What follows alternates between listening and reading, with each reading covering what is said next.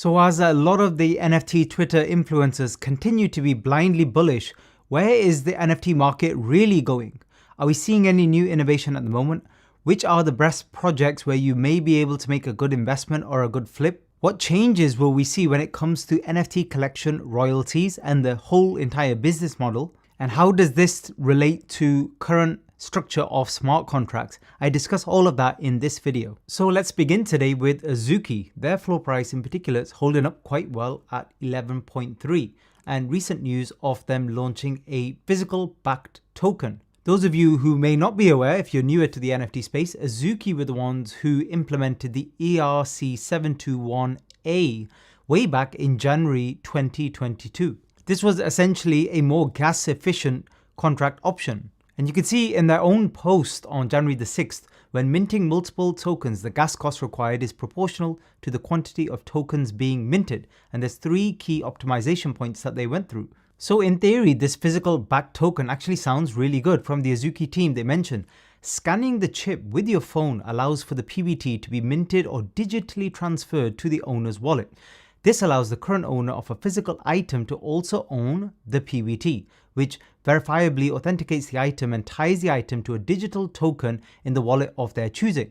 Now, we can think of many ways in which this would be useful innovation going forward, especially in the market, the physical arts market, or any physical collectibles. Since the announcement, we saw a very slight pump in the price and the volume in Azuki, but nothing major. However, still doing well off its lows way back towards the end of August, which was just under 6 ETH. What does this mean for Azuki going forward in particular? Well, in my opinion, because market volume is down so much and there's a lack of interest in NFTs at the moment, compared to say 6 months ago, I don't think it's going to make that much of a difference, unfortunately. I don't think the innovation is anything groundbreaking, in my personal opinion. However, potentially you could argue it opens up the use case for NFTs, which is what the NFT market really needs at the moment. Now, in terms of price, we actually hit in the resistance between 11 and 12 ETH, which would be a difficult barrier to break. Remember, this is all priced in ETH though, and you have to really convert to dollar value to get a better idea of where Azuki's floor price is at the moment. The other big talking point is the switch to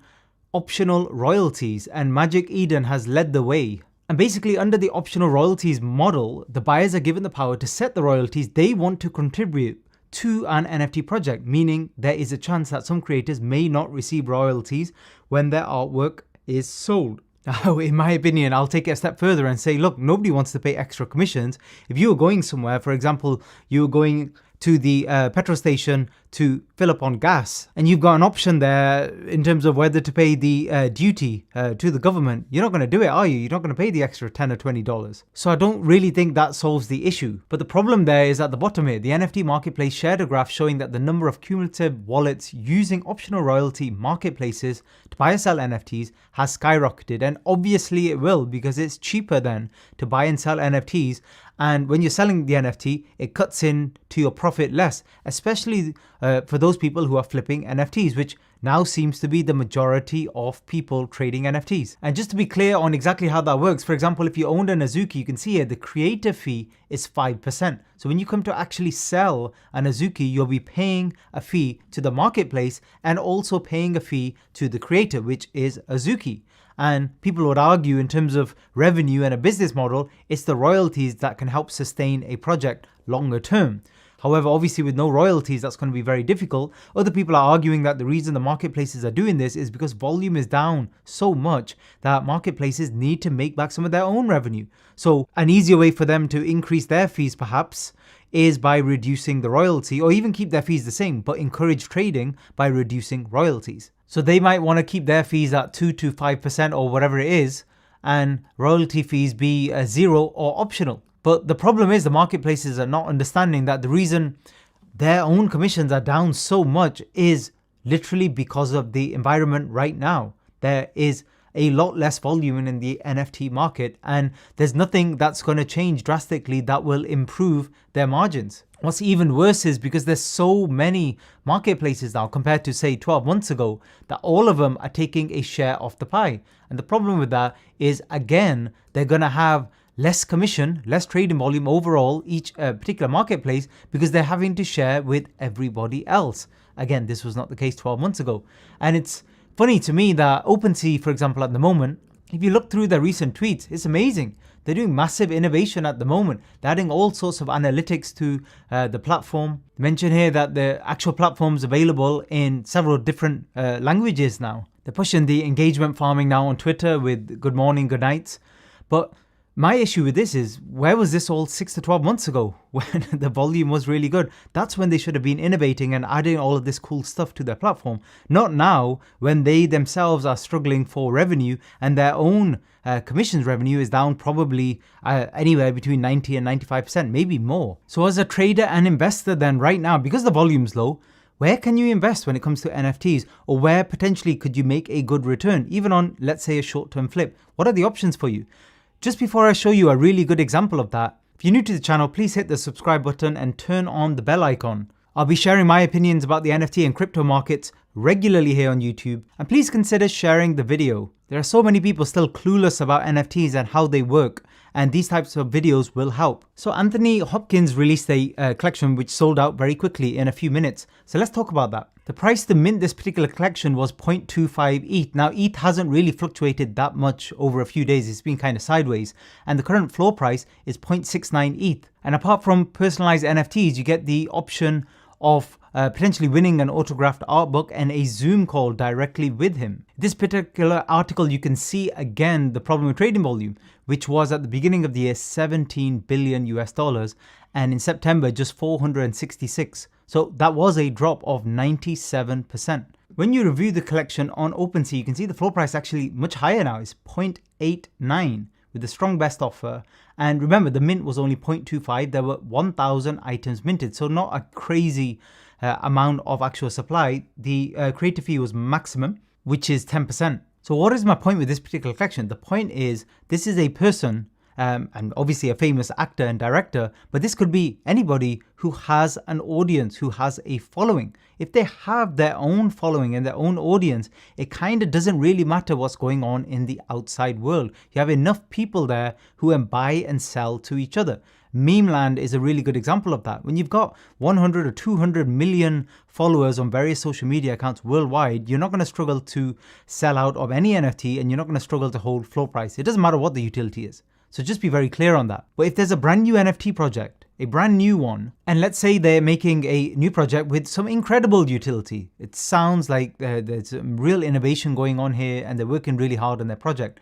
There's the problem. They're going to go to Twitter, maybe YouTube, maybe Instagram, little else to kind of share information about the project. It tends to be Twitter first and foremost. So they're going to try and share on social media. And here they're going to try and build a following organically, which is very, very difficult anyway, but even more difficult given the market has contracted 95%. And when they develop that particular audience, the problem they're going to have, especially on Twitter, is it's going to be an audience maybe of people who are trying to flip NFTs. So the only reason people want to mint is to try and make some profit, because that's the state of the world right now, and that's understandable. So they're going to have a lot of these people in that pie of, so, you know, like maybe 70% of people will be just looking for a quick flip. And then 30% will be genuinely interested in the project. But again, a lot of people won't have the money to for a high paid mint right now. And that's not what the market's like right now. So a lot of people are doing obviously free. There was a free mint meta, and then people are doing very, very low paid mints. But the chance of this NFT succeeding without a following is very, very low. The chance of somebody doing no utility and no innovation at all, but having a massive following, any kind of reasonable following, the chance of them succeeding is very, very high, because it has the audience, it has the brand, it has those people who believe in that particular, let's say, influencer, business, whatever you want to call it. So they will just invest based on that alone and that trust alone. And this NFT, who nobody's ever heard of before, is really going to struggle. So if in the coming weeks and months, you see well-known influencers, brands, anybody with some sort of following, it's much more likely that a particular project will do well. It of course depends on the mint price and other factors and the general market environment, but not as much as you think. So you can actually look back at the last kind of few weeks of projects, any of them that have actually done well, this tends to be the story. So here's what I think will happen with the royalties and the different marketplaces. This is what I think we'll see in the next kind of 6 to 12 months. And please let me know as well in the comment section below what you think will happen with this and with the general state of the NFT market. Do you think we will later this year get some sort of expansion, or where do you think we'll go? I have another video that I'm going to be releasing very shortly where I deep dive into the analytics, but I'll leave that for our next video because it'll be a little bit longer. But basically with this one, look, it's very simple. If you go back to kind of first principles here and stuff like that, and just think about an NFT on a particular marketplace. So let's say you were releasing an NFT collection and it was a free mint. The only way for a free mint, obviously, to make money is with royalties. So that would be a completely dead project straight off the bat. It wouldn't work. So how are they going to control it? This is the only way I can think of. The only way this potentially could work is if the NFT actually has something in the contract where it basically stops people trading on particular marketplaces, if that's even possible. Now, I'm not a developer, but I know that there's been so much innovation when it comes to smart contract that potentially we may see some changes in the near future. So is there some way they can actually block this? Now, this kind of goes against Web3 in terms of ethics, but anyway, let's say that was an option. Or another option is a new marketplace. Out of all the marketplaces that are there at the moment, a new one that actually gives creators and the NFT more control.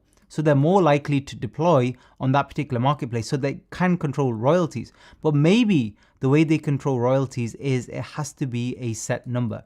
It's not something that could be amended or changed. So it's actually set at the contract level, let's say to 5%, and that can never be changed. That is an option there. Now, obviously, depending on the market and ETH fluctuations, you'll get changes in terms of how well that particular project is doing from royalties. However, that is an option there. But the only issue with all of this is for a new smart contract and a new NFT. What do you do with the existing NFTs, the existing pieces of artwork, the PFPs, the utility NFTs, music NFTs, etc.? What do you do with those in the current marketplaces? It's really difficult because a lot of these contracts are now immutable. You can't really change anything unless each creator makes a new contract and asks all the existing users maybe perhaps to migrate over, which again is a lot of complexity, a lot of costs involved, not least the gas costs, for example. So this is a problem, but I believe this is actually a major problem that needs to be solved. Otherwise, it's going to put people off creating collections or moving businesses into the NFT world where they can actually utilize NFT strategies and utility and implement them within their business model. So that's it for this one. Thanks very much for listening.